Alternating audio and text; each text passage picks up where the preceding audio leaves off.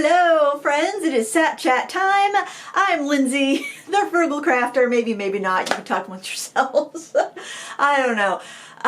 Sorry about the short Sat Chat last week. I was tired and I had done a couple takes already and it just wasn't going that well, and my camera battery totally crapped the bed on me while I was filming. So but I really didn't have a lot to say last week. Honestly, I don't really have that much to say this week, but I'll try to give you what you came for, I guess. So disclaimer, this is Sat Chat. I could say anything in the course of the next 27 minutes.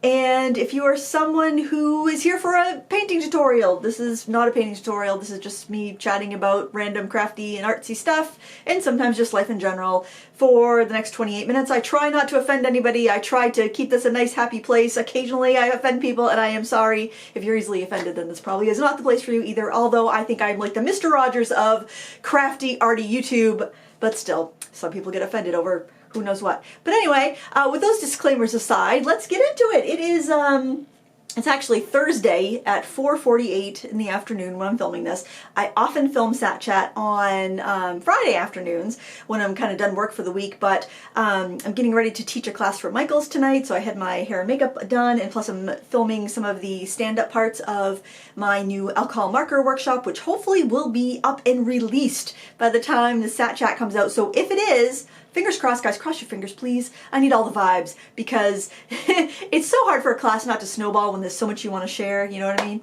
And my goal for the alcohol marker workshop was to simplify and to make it digestible and to make it so people can use whatever markers they already have, so they don't have to go out and buy something new, because I believe that the best supplies that you can use are what you already have. And then if those don't meet your needs, then go and add the few things that you do need. That's kind of my philosophy, even though I love trying out products. So it's taken me a long time to distill the class down to something that I feel is just like the essence, just like the really strong bits. It's an 80 proof alcohol marker class. Ooh, 80 proof alcohol. Maybe that's a little catchy little slogan. Maybe I need to call it 80 proof alcohol. I'll be like restricted. Nobody under 21 can buy my class. Speaking of 21, not 21 yet, but my son is turning 20 this weekend. I can't believe it. My children are, one child's out of their teenage years. That's just wild. Hardly believe it. I did make him a card, and I'm not going to show it to you now because, well, I don't think he watches my videos anyway, but they'll keep it a surprise because I did film it, and I'll have a video in a couple weeks of that card. I'm trying to do a card making video a week, and there is a new series that I've started, but I don't have any other videos for it yet, and it's called What is this thing and why did I buy it?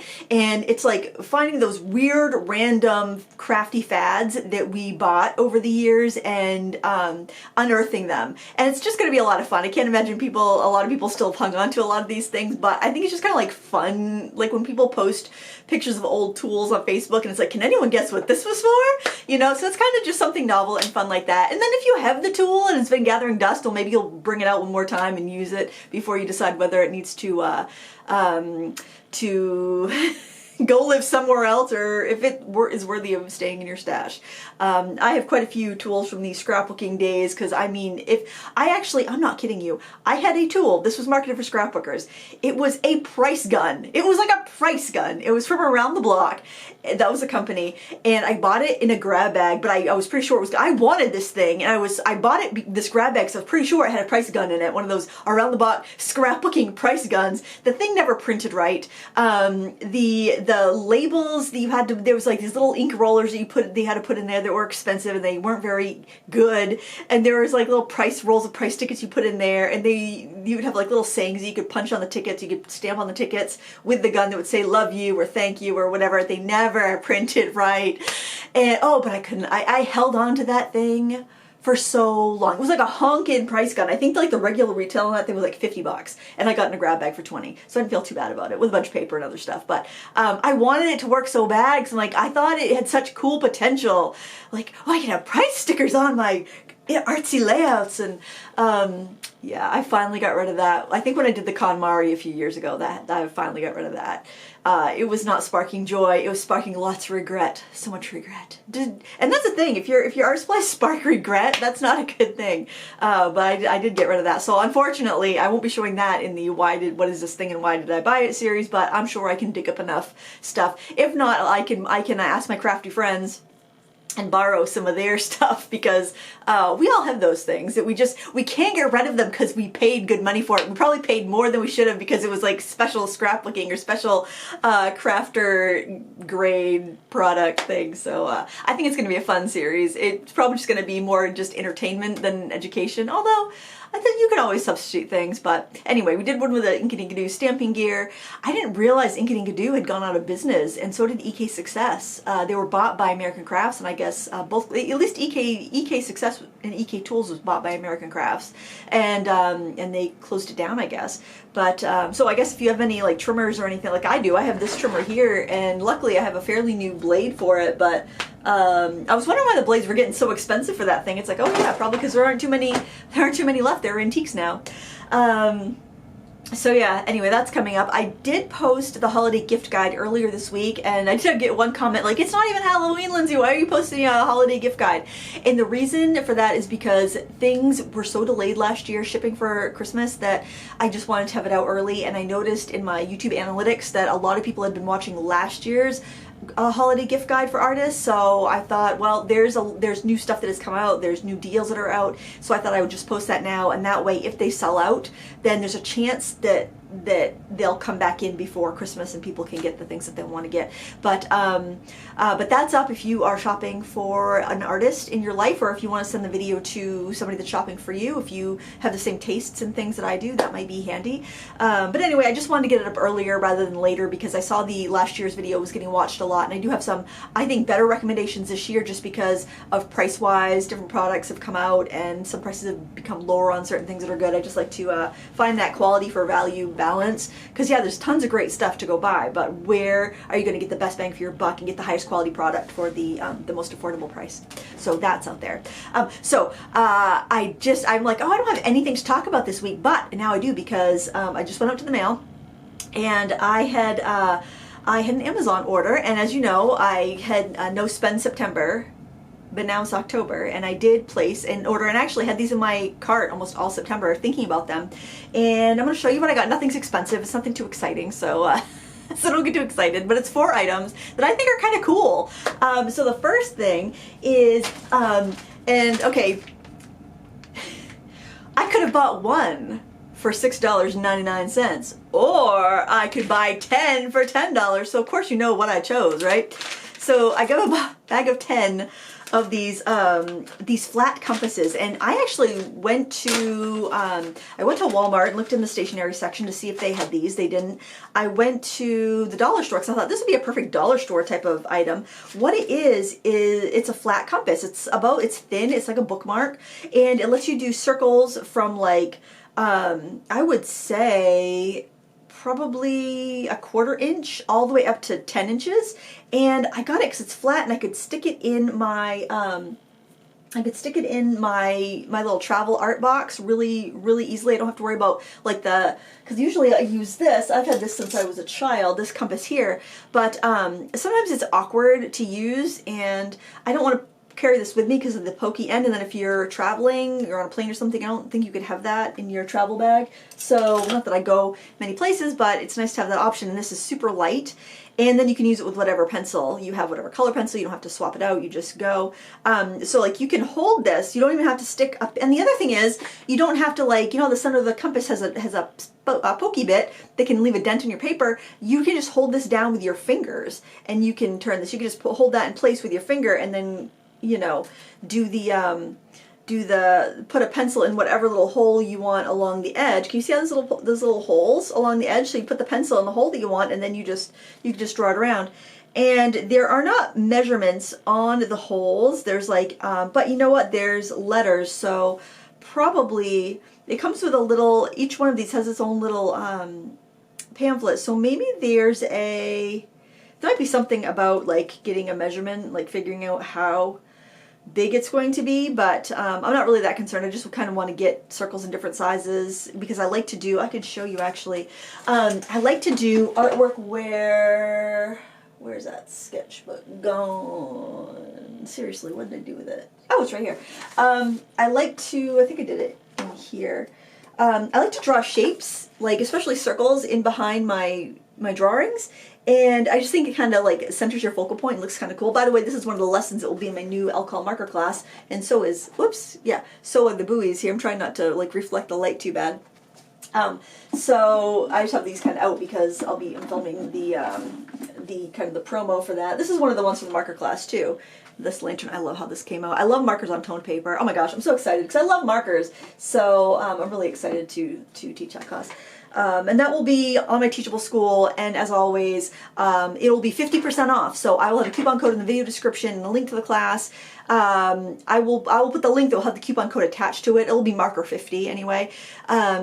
And that way the people that buy the class first get the best price I ever put it out. 50% is my biggest discount, and that's when I launch a class, because I feel that if you are somebody that's been on this journey with me and you're the first person to say, yes, I want to take that class, I want to support Lindsay, I want to learn what she has to teach, I'm here for her, I want you to get the best price, rather than somebody that like comes down the pike 6 months from now, I'm like, what is this? I want to learn how to do markers. I want my diehards to get the best price. So I always launch at the lowest price. I know that probably doesn't make business sense. I think a lot of business people are like, no, we come out with the highest price and then go lower if nobody buys it. But no, I don't like that. I don't like that. I hate the feeling when I go and buy something because I'm excited about it and it's brand new, and then like the next week it's on sale. I hate that, so I don't want other people to feel that way. So what else? So okay, so that was my first exciting thing. Very excited about these. If they don't hold up, I've got 9 more. But I figured I'd have one for here, and then one in my travel bag, and then I don't know, maybe stocking stuffers. Everybody gets a flat compass. If you get a Christmas gift from me, baby, you're getting a flat compass in your Christmas stocking. Oh, it makes me happy. I don't know why that bag of compasses just makes me so happy. I guess I'm a materialist. Boy, $10. I'm a cheap date. $10, woohoo! 10 compasses. So that was the first thing. The next thing is also something I've been looking for, and I have a couple of these in larger sizes, but oftentimes I just want to I want to put a quick horizon line on a painting. And I have a 18-inch and a 24-inch T-square, and when I'm working, I have so much crap on my desk that like putting a T-square down, especially the big T-squares, I have the head's way bigger than it extends, and I'm just like knocking stuff over. I can't even get a flat place to work, and most of my pads that I work on are 9x12, so this is going to be perfect. This is a 12-inch clear T-square. I can see underneath it. I was also looking for a 6-inch one because I thought that would be really handy for my small sketchbooks, because this is going to be this will be a little cumbersome in like a sketchbook, because say I want to put a horizon line on a sketchbook, and I go like that. Well, this would be all right, I guess, because it lays flat. But if it doesn't lay flat, then it could bounce on the other side. And so what I was thinking is that I could either use my plexiglass cutter and I could cut this down to 6 inches, or I could use I think my plexiglass cutter would do it, but I could use a wood burning tool. I just don't want to knock it out of 90, but I don't think you can because this is all fused. So it should be fine. It's got a nice lip there that catches the edge of the page. So I got a package of 3 of these for $6.99. And it's by Mr. Pen. I will link all these down below if you guys are interested. I'll go right into my order and I'll link the exact things that, the exact listings that I got. Because I know some people are concerned that, that the products sometimes change, and sometimes companies will reuse listings and then the reviews don't match what the product is. There was a product recently from Paul Rubens that did that. They reused a listing. I don't know why, but like all the older reviews are for a completely different product, and I think a lot of companies do that, probably because they want to rate and that gives them some rating. But anyways, and these all came in a bubble mailer, and they were right in my mailbox, but I didn't have any damage, so I was a little concerned with that. They have a little plastic sleeve, I guess, to keep from cracking, but 3 for $7. I was just, I couldn't find these either in my local stores, so, and I thought about it. They were in my cart all September, so I'm pretty excited for that, because I think that's going to be one of those, like, I think I will just grab for that all the time when I'm drawing. And then this here is and I did link to this the last couple times I've used these pens because this 3-pack of pens is like the same price as one of these pens. So what I've been using is the Fiodoneschi hard-tipped pen, and that's the blue one there. And they also have a soft-tip one. And then this one also comes with one called a twin line. Let's look at that. I'm going to open it up because I thought it was like maybe 2 nibs next to each other and it makes like a double line, but actually I think it's double-ended. So let's take a look there. I'm sorry the furnace came on again. I was going to shut it off and I completely forgot. I will have to, because usually I do if I'm filming class content, but I completely forgot. It's kind of chilly. It's like in the 40s today. Let's see. Oh, I don't have my glasses on. Oh, here they are. Oh, do you like my hair, by the way? I colored it this week. It's not quite as dark as I want it to be or as red as I want it to be, but I have to go in steps because when you're going from bright blonde to like auburn, it's you know, it's just kind of dull the first time you dye it. So we're on the first dye and one washing, so I'll need to go another one to get the richness. But this one, yeah, it looks to be like there's a fine tip. Maybe this has both the tips. Oh, I think it might. Oh, let's try it out. Let's try it on this. Oh. That's all covered up. I can't do that. Maybe I'll do this. Oh, that's too glossy. I think it is though. I think it might have it's all in Japanese though. So I can't say, I don't know what it says. But I'm thinking it might be, oh, well this is newsprint. It's not going to be the best, but we'll, water everywhere, but not a drop to drink, right? Get sketchbooks everywhere. So let's see. Oh yeah, okay, so that one feels like it's a softer one.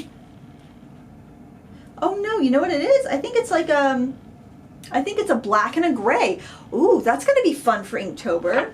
Okay, so it looks like, unless this newsprint is making it weird, you got a black end and a gray end. Okay, that makes sense because this cap is clear and this cap is black. All right, that's like a gray clear. Okay, so you get one of these and then you get the the hard tip one that I've been using.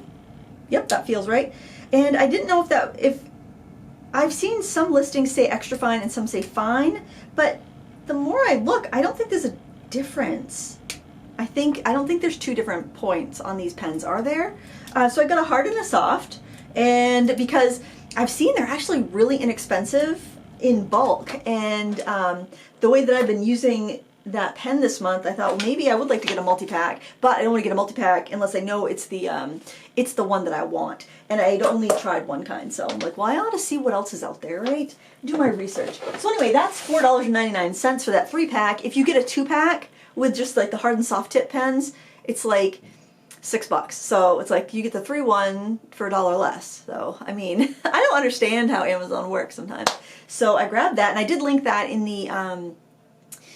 the gift guide because I think it's a great stocking stuffer. And I mean, even if the artist has everything, you can always use a couple more waterproof pens because you can use it under watercolor and it doesn't smear, and you can use it under alcohol markers and it doesn't smear. So I mean, who couldn't use an extra one of those for their sketch box? And they don't last forever, so it's a consumable. So and it's not very expensive. So if you're on a budget, you want to have you know, a show of your gratitude, your thought, you know, when you give something, it's nice to have something that's really useful and doesn't break the bank.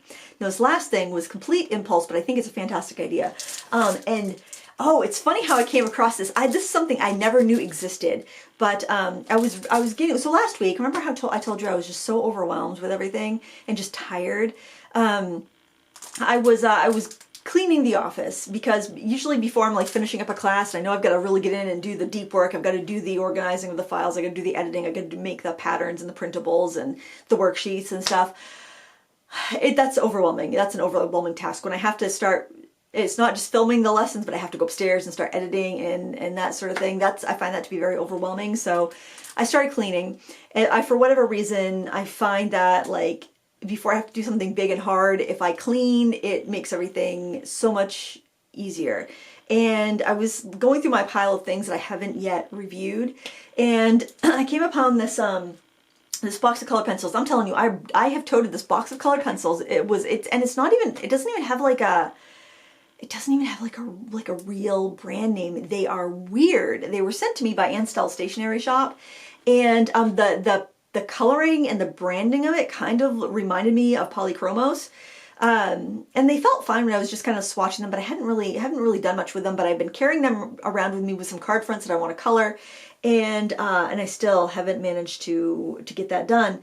So I'm like, I gotta see if this product is still even around before I, if I'm gonna hang on to this and review it. So I went on to AliExpress to see if I could find this strange pencil. It said like artiste on it or something. It was very strange. So I was looking to see if I could find it. And as a related product, these came up. These are translucent sticky notes. I'm like, what? Translucent sticky notes? But as soon as I knew there were translucent sticky notes in the world, I thought, well, I need to have some of those, because what I thought is that they probably, oh, I got a couple there. No wonder it doesn't look translucent. I thought these would be really nice for, like, if you're, I like to mask a lot when I stamp, but sometimes you're drawing stuff, or you've stamped a few things or whatever. You have an area on a drawing or a sketchbook or a painting, and you want to, let's see, what can I put in front of that? You want to put a background in, like you want ink or something there. So if I stick that on there, you can see that's translucent. You can see through it. So I thought this would be really handy. So like if you have drawn something and then you want to like maybe airbrush or ink or something around it, you could stick a couple of these sticky notes down, draw, because these are sticky notes. You can draw on them. You can write on them. You can draw around the edges, and you can peel it up, cut it out, stick it back down, do your inking, your airbrushing, or whatever you want to do in the background. It's not going to hurt your paper because it's a low-tack sticky note, and you can completely see through it. So I don't imagine I'll go through too many of these, so I think this was a package of 600 of the 3x3 notes, and it was $4, I think, on Amazon, $3.99 or $4.99. So I did look it up on Amazon, because I've never shopped on AliExpress. I'm more comfortable shopping on Amazon. So I ordered those. So I think that's going to be really fun for, and plus I have an airbrush and I rarely ever use it because it seems like a big ordeal. But I think if I can make the process a little simpler, it might be kind of fun. Or even just to use my, spritzy little marker tool. I even had, I don't for the life of me know what I did with it. Had this little airbrush tool that Pro Marker used to sell, like probably 10, 15 years ago. It hooked to compressed air, or you could hook it to an air compressor, and it was like this little trigger. You'd slide your marker in with a chisel tip going out, and you just press the thing, and it would shoot air across it, so you could do a really nice background like that. And that was so easy because all you could do was pop a marker in. And I would like to find that and try that in some backgrounds as well. And plus, or use my actual airbrush. But anyway, that was my little impulse. But I'm always using Post-it notes for stamping, and sometimes I have to kind of do that, like peek underneath, draw around it, because I might have stamped something, but then I freehanded some stuff on it, but then I want to mask, and I don't have, I can't just stamp it out on a Post-it note and cut it out because I've done extra things to it that I want to protect. So I think these translucent sticky notes will be great and be so easy just to freehand stuff. So so that's my Amazon haul, which I found to be quite exciting, and it wasn't very expensive. I think it was about $25. And you know what? So I got suckered in. So as I'm checking out, because I wait until I have $25 worth of stuff to order because I wasn't a Prime member. I'll do the free trial every once in a while. So as I'm cashing out, well, as I was putting stuff in my cart, it's like, oh, do you want to join Prime and have a free 30-day trial of Prime and get this in and get the free shipping? I'm like, I don't need that. I already have free shipping because I have $25 worth of stuff. And so on the checkout page, it's like, you could get this in 2 days with Prime shipping. I'm like, 2 days? No, I can't. I live in Maine. I can't get anything in 2 days. So I clicked for the free trial, and no, you're still getting it the same day as you were before when you were a peasant. That always gets me. I was like, oh, 2 days. And I'm like, okay, I'll try it. And then it's like, no, you don't get anything in 2 days. I haven't gotten anything in 2 days. I think originally when Prime came out and I joined, we did get things in 2 days, but that hasn't been the case since well before the pandemic. But it's not like I needed any of that stuff in 2 days. And, and it was actually a day later than what they said it would be. It was supposed to get here yesterday. I'm like, what did I get? The Prime with the extra slow? I should have done that thing where you could check the box and like get it on like a day or two later and get like $3 in digital credits, because then I could have bought like an ebook or something, or an e-magazine, I don't know. But yeah, we never get anything in 2 days. I guess I should do that now, just check the box to like, no, I want slow delivery and I want some digital products. Oh man, I'm a sucker though for that, but it was free. So, and I do want to see the Lord of the Rings, the little prequel, the show that they have. I hope it's good because I really love the movies. So I really hope it's good. I'm going to watch it. My husband's not going to watch it. He is a Lord of the Rings fan. He's even read the books. That's a little too much for me. I find the archaic language. I love the audiobooks, but I can't get into the Lord of the Rings books. It just, I don't know. I don't have the attention span, I guess. I love the audiobooks though. I love audiobooks anyway, and I find if I am struggling getting into a book, if I start off with the audiobook, then I can pick up the physical book and go on no problem. Like with The Starless Sea, I had a really hard time getting into that book, but listening to it in the audiobook form really helped me kind of get my momentum, and then I could pick up the book and go.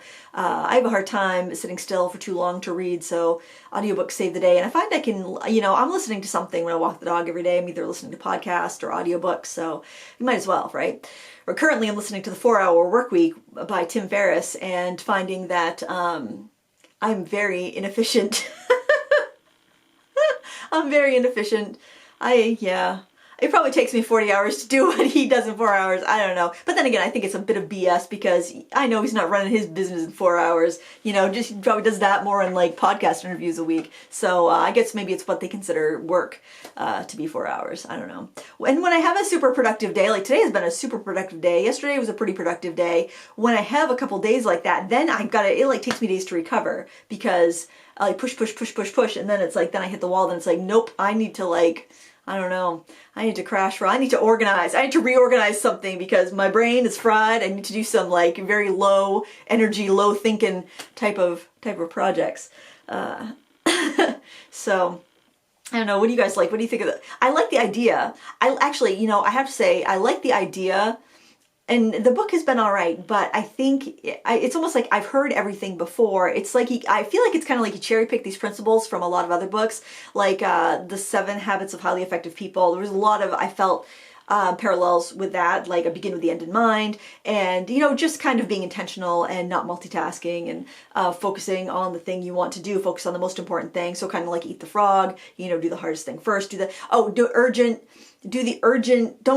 do the important things first, not the urgent but unimportant things. And I think that I get caught up in the urgent yet not important things a lot, rather than just being on the important things first and the urgent important things and then the important non-urgent things and then doing the not important things. So yeah, that was another, I think that's also a 7 Habits of Highly Effective People.